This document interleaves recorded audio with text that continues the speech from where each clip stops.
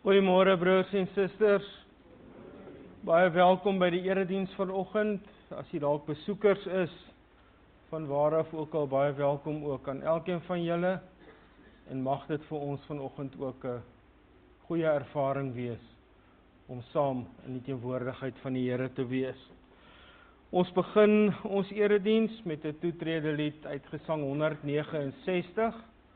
Ons sing daarvan al 3 die verse en dan bly ons staan vir die fotum in die seën en die lofsang dan Gesang 464 verse 1 en 2.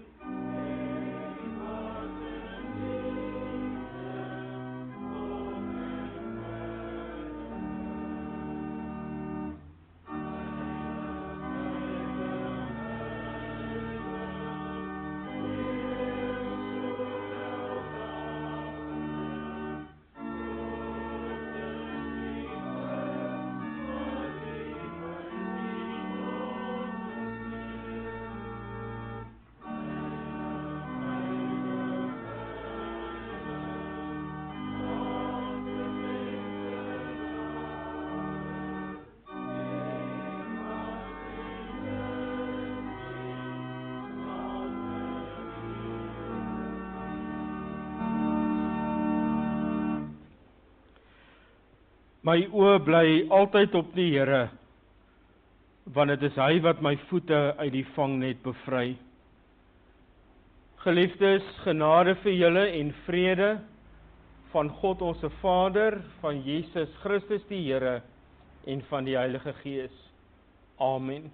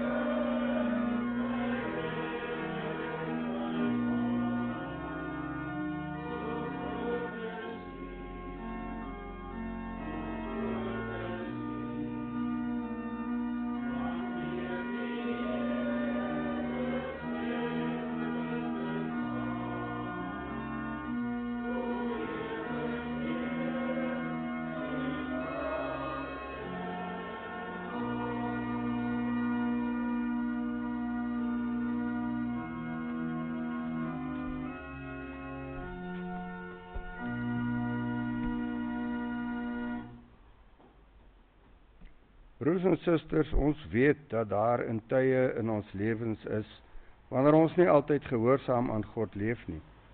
Ons volg soms ons eie wil en loop die pad wat ons besluit die beste is.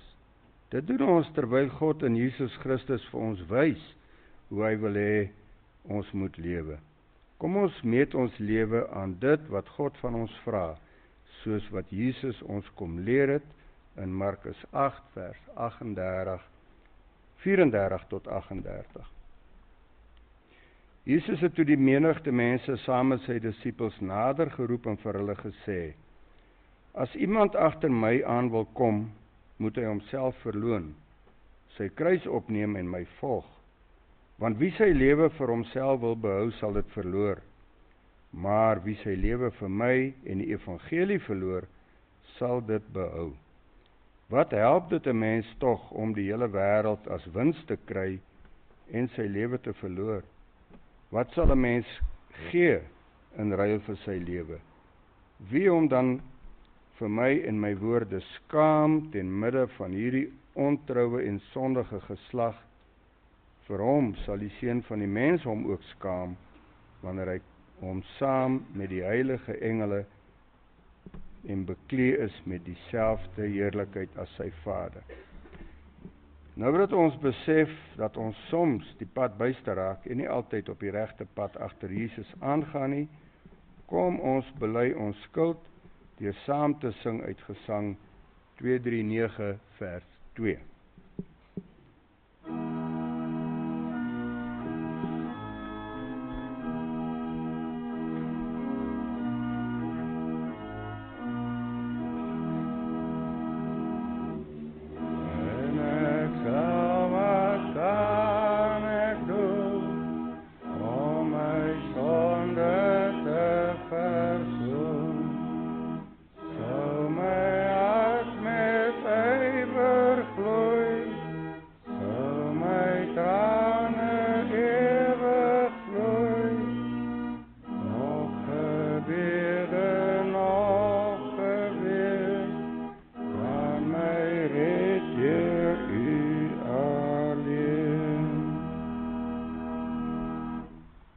Ons het bely dat God ons skuld vergewe. Laat ons dan nou ons geloof bely deur elkeen soos volg in sy of haar hart saam te spreek. Ons glo in een God, die almagtige Vader, die skepper van die hemel en die aarde en van alle sienlike en onsienlike dinge. En in een Heer, Jesus Christus, die eniggebore Seun van God, gebore uit die Vader voor alle tye.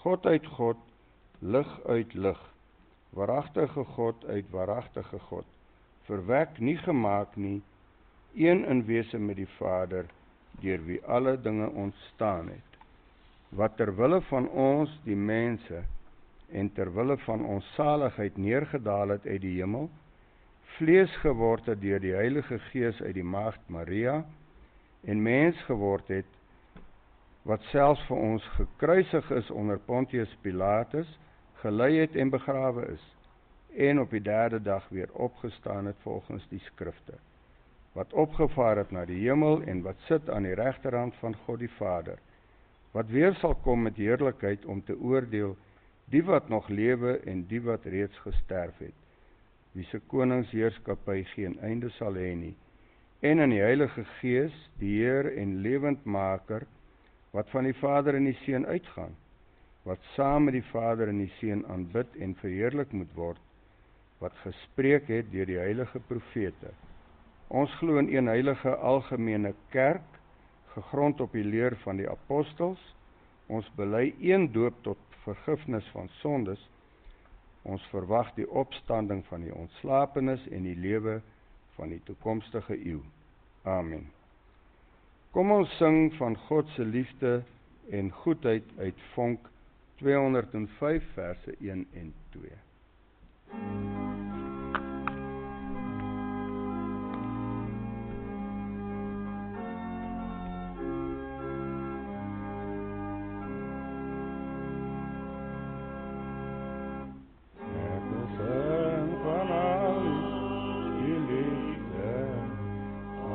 Alles wat lief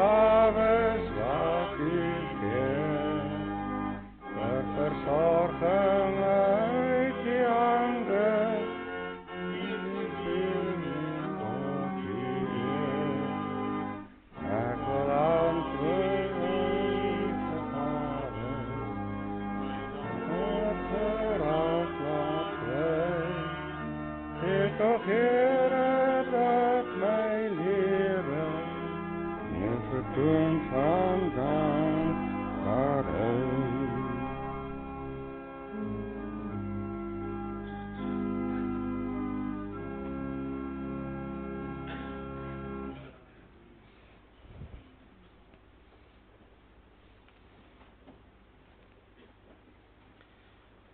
Gemeente, ons lees saam vanoggend uit die evangelie volgens Markus.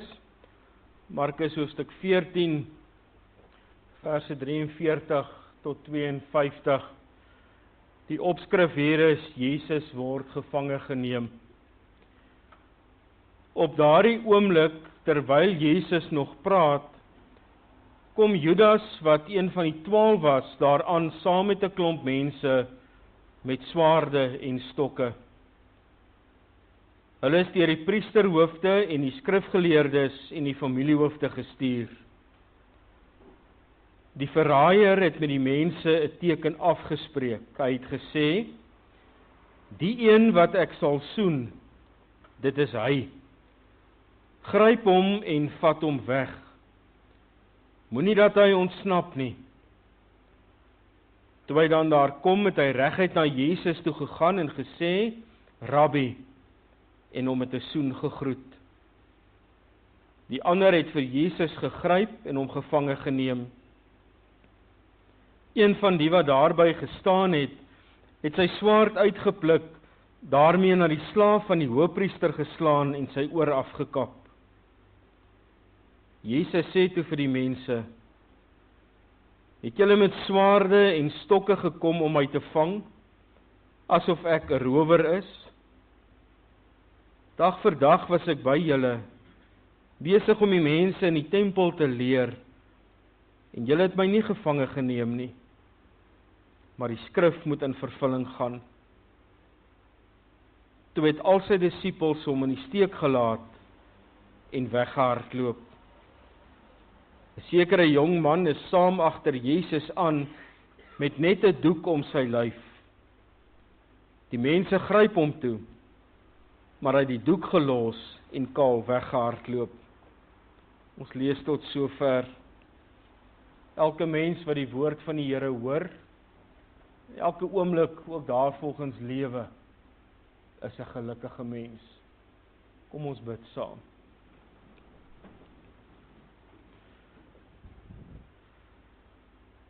Hemelse Vader, wanneer ons vanoggend voor U stil raak, is dit met harte wat oorloop van dankbaarheid, want ons kan in U teenwoordigheid wees. Ons kan saam met broers en susters in die geloof na U woord kom luister. Maar Here, ons weet terselfdertyd ook dat ons mense is bevlek met sonde, klein en nietig, en U is die almagtige God. Dankie dat U deur U Seun Jesus Christus vir ons die vrymoedigheid gee om tog voor U te kan kom staan, al is U so anders as ons. Dankie Here dat ons U ons Vader mag noem, en daardeur bely dat ons ook U kinders is, en dat U vir ons sorg. Wil U asseblief, Here, vir elkeen van ons vanoggend die geloof gee, om met 'n oor van geloof te kan luister, wat U vir ons wil sê vanoggend.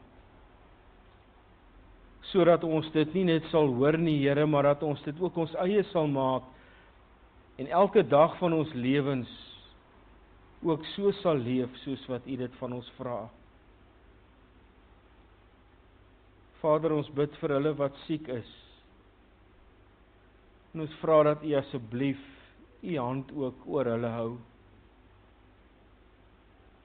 Ons vra, Heer, dat U genesing sal bring as dit U wil is, dat U dit sal doen op U tyd en op U manier. Maar ons wil ook daarvoor dankie sê, dat ons in sulke tye van nood met U kan praat en weet U hoor.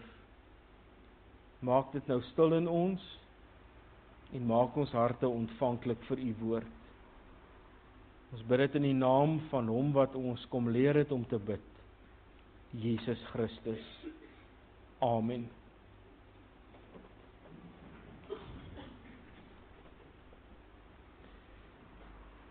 Gemeente, ons sing saam voor die prediking uit Gesang 505 en daarvan verse 1 en 4.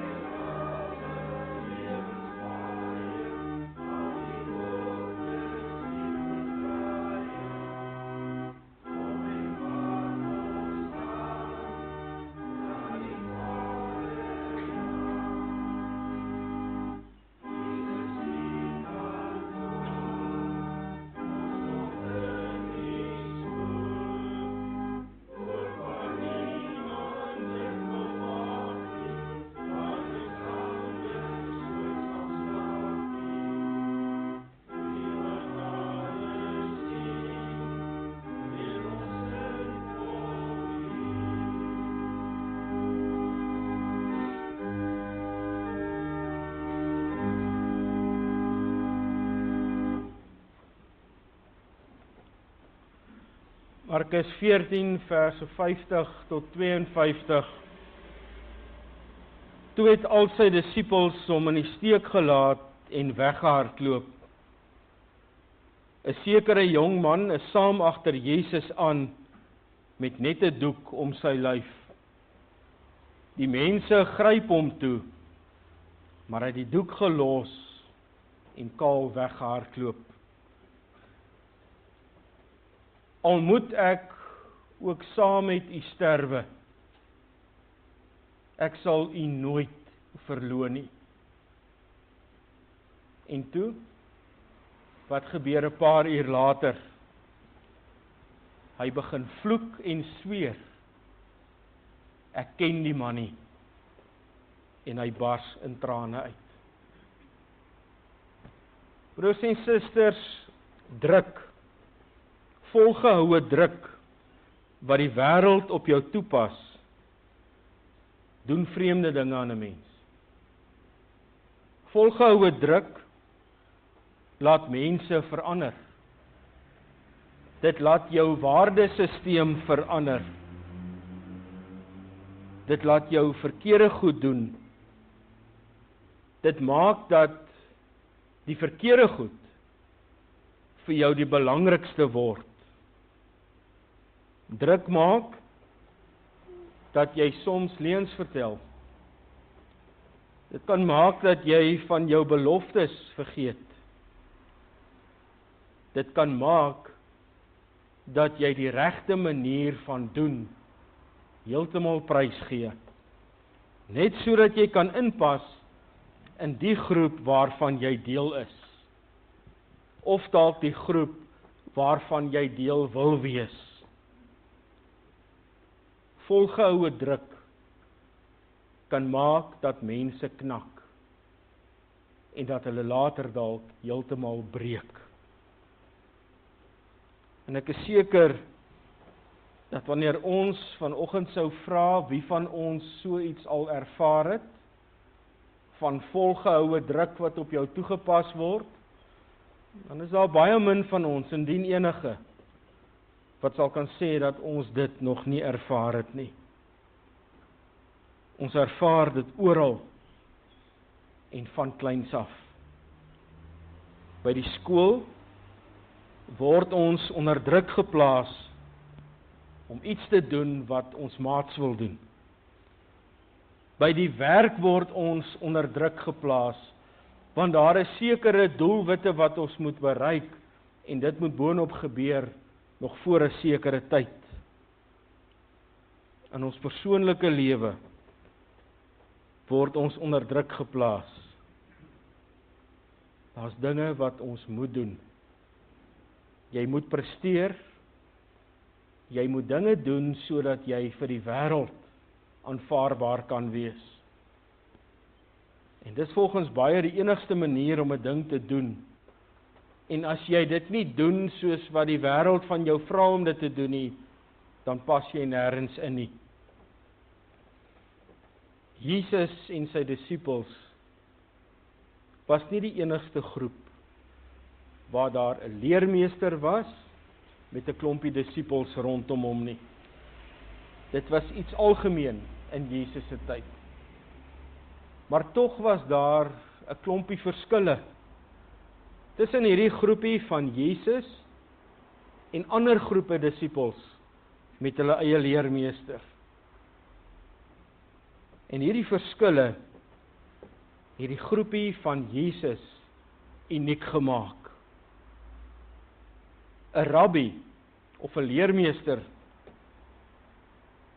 het nooit sy disippels gaan roep nie.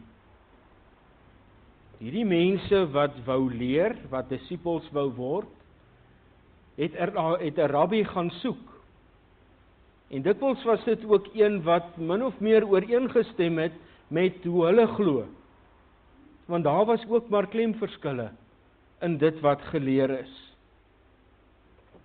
En in hierdie disipelkring het die disippels 'n soort van opleiding ontvang. Daar was, kom ons sê maar, 'n sekere syllabus wat hulle moes deurwerk. En wanneer hulle daar deur is, dan kon hierdie disippels ook 'n eie skool gaan stig het. Self 'n rabbi geword het met 'n klompie disippels wat hy dan nou geleer het.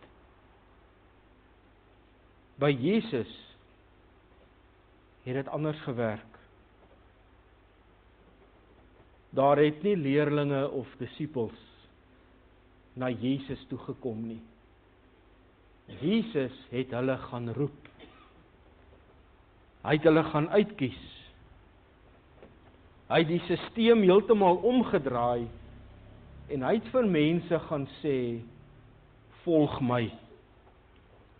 En die doel van hierdie beweging rondom Jesus was ook nie dat hy 'n klomp disippels oplei om eendag hulle eie skool te hê waar hulle weer 'n klomp disippels kon hê nie.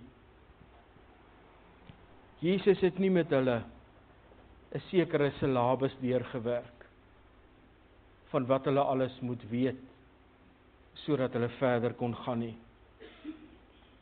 Die verhouding tussen Jesus en sy disippels was totaal anders as enige ander groep waar daar 'n rabbi met disippels was.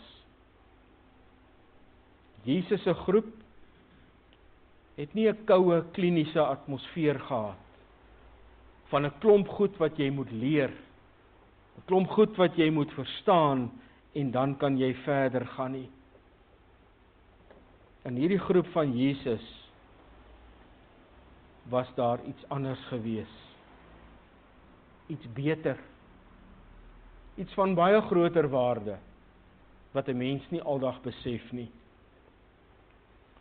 Die idee in die groep van Jesus was dat hierdie disippels van hom end uit sal volg tot by die kruis. Dat hulle sal deel in Jesus se lot en hom nie in die steek laat nie. Die optrede in Jesus se groep moes iets getuig van die liefde van God. Die liefde wat hy teenoor mense openbaar, moes mense verder teenoor mekaar gaan wys.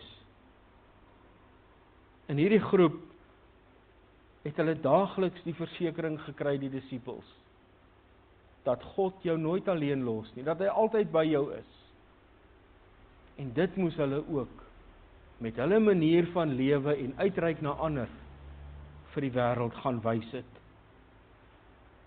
Die liefde wat Jesus eis van hulle wat hom volg, moet oorgaan in barmhartigheid, wat ek wat hom volg bewys teenoor ander. Ek volg hom nie net wanneer ek dit wil doen nie, ook nie net wanneer dit goed is om dit te doen of maklik is nie. Om vir Jesus te volg beteken om agter hom aan te gaan elke oomblik. Dit beteken om ook met hom in sy lot te deel, wat 'n kruis op Golgotha mag wees. Ek moet my kruis dra. Ek moet bereid wees om onbelangrik te word en te sterf in myself. Ek moet bereid wees om selfs konflik en lyding te verduur ter wille van Jesus. Die troos, broers en susters, is dat so 'n navolging, so pad agter Jesus aan, uitloop op 'n ewige heerlikheid. Dit loop uit op 'n ewige lewe. Presies die teenoorgestelde hiervan word waar. Toe die pad agter Jesus aan begin styl raak in die tuin van Getsemane. Een van die 12, een van hulle wat die naaste aan Jesus was, verraai hom en sorg dat deur sy toedoen Jesus gevange geneem word, oorgelewer word aan die Romeine sodat hy verhoor kan word en tereggestel word. Judas word skielik deel van 'n groep wat deur die tempelelite, die hoëpriester, die skrifgeleerdes en die familiehoofde gestuur is om Jesus gevange te kom neem. Een van hulle wat die naaste aan Jesus is. Een van hulle wat hom gevolg het dag en nag. Sit dus die proses aan die gang dat Jesus gekruisig kan word. Die soldate kom gewapen na Jesus toe, omdat hulle hom as gevaarlik beskou. Stel jou dit voor. Jesus, die gevaarlike een. Interessant, dat die woord wat Markus hier gebruik, om Jesus as gevaarlik te beskryf, dieselfde woord is, waarmee hy die twee veroordeeldes aan weerskante van Jesus se kruis ook mee beskryf. Die hoëpriester en sy trawante stel vir Jesus dus gelyk aan 'n gevaarlike, gewelddadige moordenaar wat die doodstraf verdien. En dan kla Jesus daaroor. Hy sê vir hulle dat hy hoeveel keer in die tempel by hulle was, dat hulle daar die geleentheid gehad het om hom gevange te neem, maar hulle het dit nie gedoen nie. Hoekom nie? Hulle het dan daar gesien dat hy nie gevaarlik en gewelddadig was nie.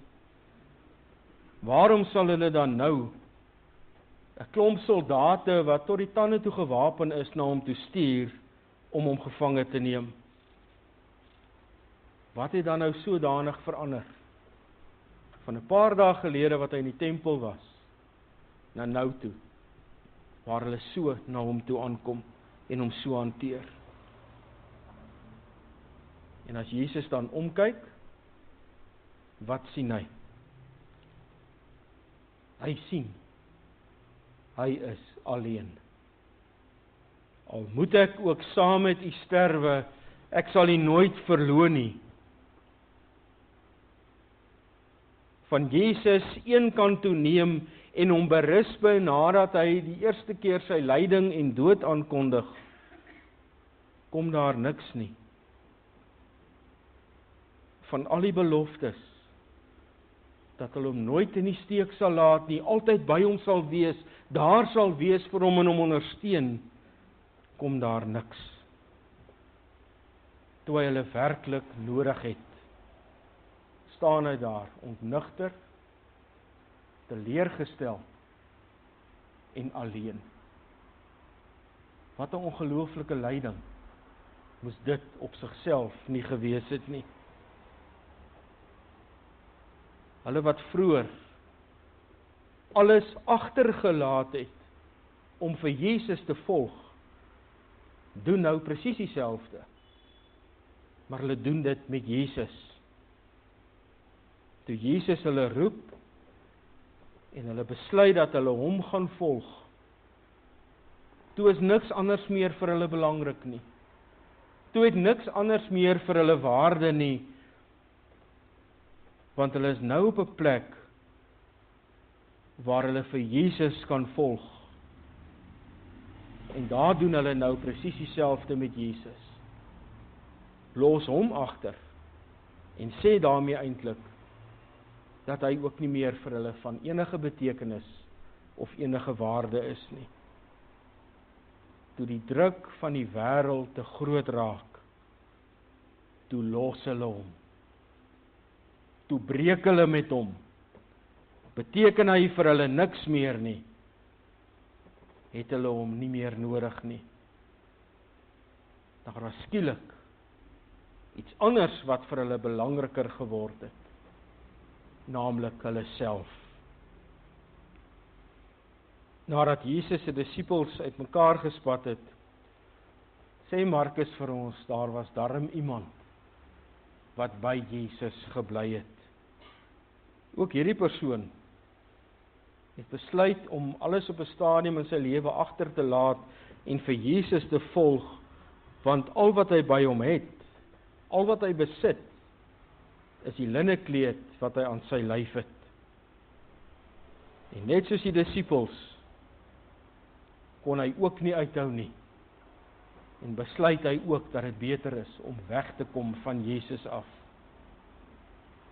Hy besluit dat dit vir hom beter is om vir Jesus agter te laat, eerder as om hom te volg. En kyk hoe beskryf Markus, hoe kom hy weg van Jesus af. In die gespartel en in die stryd om weg te kom, verloor hy die linnekleed wat hy om hom het. Skande sak op hom toe, want hy staan kaal in die openbaar. Maar hy is van mening dat dit vir hom beter is om hierdie skande oor homself te bring, as wat hy homself met Jesus sou assosieer.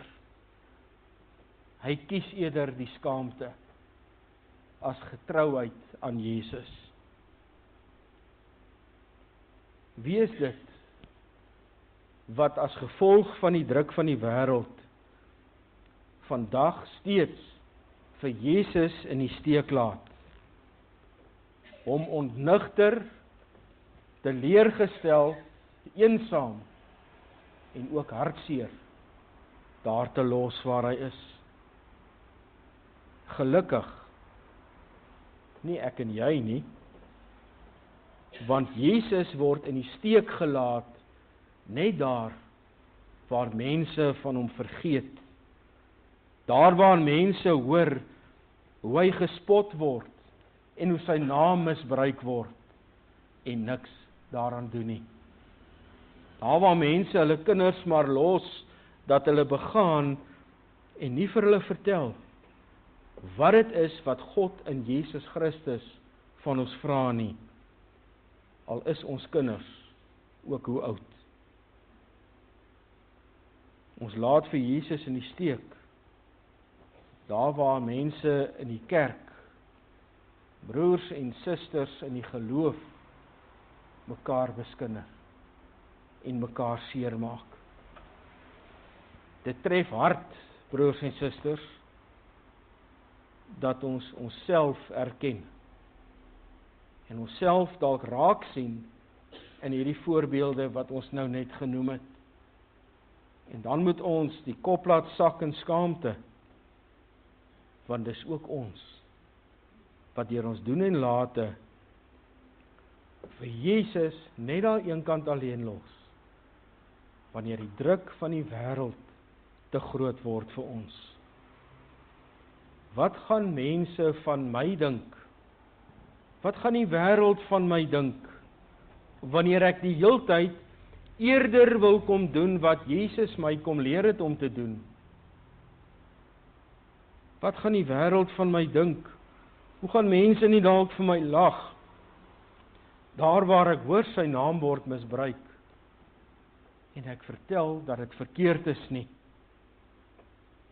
Wat gaan my kinders van my dink wanneer ek vir hulle iets probeer leer wat nie inpas in die tydsgees van die wêreld nie? Soos byvoorbeeld om vir God respek te hê, om hom lief te hê bo alles en almal anders. Wat gaan die wêreld van my dink wanneer ek nie ook my gesag daar by die kerk kan kom rondgooi nie? Om vir Jesus te volg, om doelbewus in die voetspore van Jesus te volg, vra van my om 'n keuse te maak. En wanneer ek daardie keuse maak, moet ek weet, dit geld in goeie tye, maar dit geld ook in moeilike tye. Hierdie keuse beteken dat ek my vooroordeele en my behoeftes onbelangrik ag. Dit maak nie meer vir my saak nie. Ek is nie meer die punt waar rondom my hele lewe draai nie. Daardie het God en my medemense plek geword. Eintlik verloon ek myself. Ken ek myself nie meer nie. Die enigste verloning wat wel ter sprake is in my navolging van Christus, is waar ek myself verloon. En nie soos Petrus maak en die ander disippels nie. Om vir Jesus te volg beteken nie net om hom te gaan naboots in alles wat hy gedoen het nie. Dit beteken niks om alles te doen soos wat hy my kom leer het, maar liefde is nie deel daarvan nie. Sy liefde vir sondaar mense word duidelik in die manier waarop ek ook ander hanteer. Een saak, broers en susters, wat ons goed moet begryp, is dat die pad agter Jesus aan 'n eensame pad is. Nie almal is bereid om hulle self te verloon, hulle kruis op te neem en op die pad agter Jesus aan te gaan nie. Nie almal is bereid om onder druk van die wêreld en onder die spot van die wêreld hierdie pad agter Jesus aan te loop nie. Kruis opneem, selfverloning, is iets wat volgens die wêreld tuis hoort by 'n lafaard, by 'n swakkeling. Sterk mense dink aan hulle self, handhaaf hulle self ten koste van wat ook al. Die eensame pad agter Jesus aan word duidelik in dit wat sy disippels doen, dat hulle hom later heeltemal alleen los en nie bereid is om verder agter hom aan te gaan nie. Wie besluit om op die pad agter Jesus aan te gaan, draai nie om nie. Dis 'n moeilike pad, want dit loop onder die gespot en gelag van die wêreld deur. Dit loop oor Golgotha heen. Dit loop deur 'n graf, waarvan die klip voor die graf weggerol is. En dan die groot roos. Hierdie pad eindig in 'n ewige lewe by God. Na hierdie ewige lewe toe, is daar nie 'n kort pad, of 'n pad wat nie agter Jesus aangaan nie. Die groot vraag om vanoggend te antwoord, is wat sien Jesus, wanneer hy wat daar voorloop, omkyk? Wanneer hy terugkyk, sien hy ons op die pad? Of staan hy ontnigter, eensaam en hartseer daar, omdat hy ons nie sien nie? As hy ons nie sien nie, dan kan ons weet, broers en susters, dit is ons beskeie bydra tot Jesus se lyding. Dis niks anders as om net so sy disippels uitmekaar te spat en soos hierdie jong man met die linnekleed weg te hardloop en tevrede is daarmee om eerder skande oor homself te bring as wat ons bereid sou wees om in te staan vir Jesus en aan God gehoorsaam te wees. Ek volg hom in sy nood. Ek volg hom deur sy nood. Daar waar ek opstaan vir hom. Waar ek my nie skaam vir hom nie. En waar ek onder die gelag en gespot van die wêreld steeds sy naam groot maak. En aan hom die dankbare erkenning gee vir wat ek het en wat ek is. Ek laat hom in die steek. Daar waar ek toegee aan die druk van die wêreld en eerder die wêreldse dinge najag, dat die wêreld my lewe bepaal, as wat ek daardie plek vir hom gee. 'n Fontein, sê Jakobus, kan nie vars en brakwater oplewer nie. 'n Vyeboom kan nie olywe dra nie. En dit beteken, kies, moet ons kies. Volg ek hom, of laat ek hom in die steek? Volg ek hom, dan loop daardie pad uit op die beste bestemming denkbaar. Volg ek hom nie, en laat ek hom in die steek, dan dra ek by tot sy lyding. En veroorsaak ek vir myself ook groot lyding. Net soos Petrus besef ek dan wat ek gedoen het. En sal ek ook nie anders kan as om buite toe te gaan en bitterlik te huil, omdat ek nie op die pad agter Jesus aangaan nie, maar eerder toegee aan die druk van die wêreld en so my eie pad loop. Mag God ons help om die regte keuse te maak, want kies sal ons moet kies. Amen. Kom ons bid saam.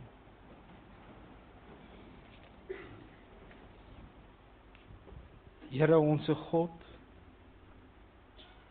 dankie dat U op die pad voor ons uitgaan. Dankie Here dat ons agter U kan aankom, dat U ons roep om dit te doen. Maar ons moet bely dat wanneer die opdraande styl raak, wanneer die draaie skerp raak, dan wil ons nie en volg ons eerder 'n maklike pad. Here, ons bely dit as ons skuld, want dit beteken ons is ongehoorsaam. Gee asseblief vir ons die krag en die genade om op die pad agter U aan te bly. Om te weet, Here, wanneer dit eensaam raak op daardie pad, is ons nie alleen nie, U is by ons. Wanneer die opdraande styl raak, wanneer die draaie skerp raak, steeds dan is ons nie alleen nie, maar is U by ons. Help ons ook, Here, dat ons die heeltyd ons oë op U gerig sal hou wat voor ons loop, en daarmee saam ook ons oë gerig sal hou op die bestemming, 'n ewige lewe, 'n ewige heerlikheid, wat niks of niemand van ons af kan wegneem nie. Hou U hand oor ons ook in die week, hou ons veilig, Here, gee vir ons wat ons nodig het, en help ons om volgende Sondag weer 'n keer hier onder die geklank van U woord byeen te wees. Amen.